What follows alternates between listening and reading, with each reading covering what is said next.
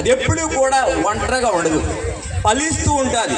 ఫలించటము అంటే అర్థం కుటుంబంతో ఐక్యత కలిగి ఫలించాలి, సంఘంలో ఐక్యత కలిగి ఫలించాలి. చాలా మంది అనుకుంటారు బిడ్డలు పుడితే ఫలించడం అనుకుంటారు. ఆ విషయాలు అది అందరూ బిడ్డలు పుడతారు, లోకస్తులు అందరూ కలుగుతారు.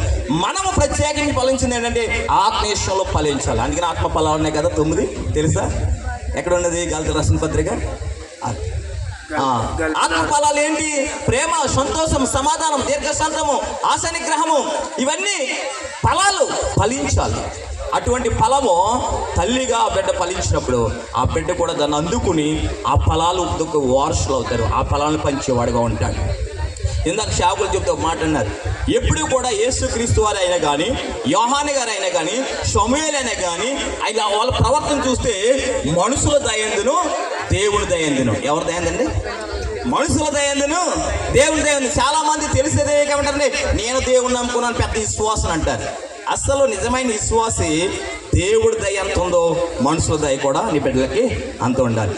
దేవుడి దయందును మనుషుల దయందును. ఎవరి దయందండి?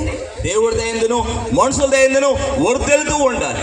అందుకనే మనం చూసినట్లయితే ఆ న్యాయాధిపతుల గ్రంథం 9వ అధ్యాయంలో ఒక మాట ఉంటుంది. 9వ వచనంలో చాలా మంది వచ్చి రాజుగా మమ్మల్ని చేయమన్నప్పుడు అన్నిటిని అడిగారు. ఒలివ చెట్టును, తర్వాత ద్రాక్ష చెట్టును అడిగినప్పుడు ఏం చెప్పినాయి అంటే చక్కగా మాటలు చెప్పినాయి. ఏం చెప్పినా, మేము మనుషులను దేవుణ్ణి సంతోష పెట్టేవారు. ఎవరికండి?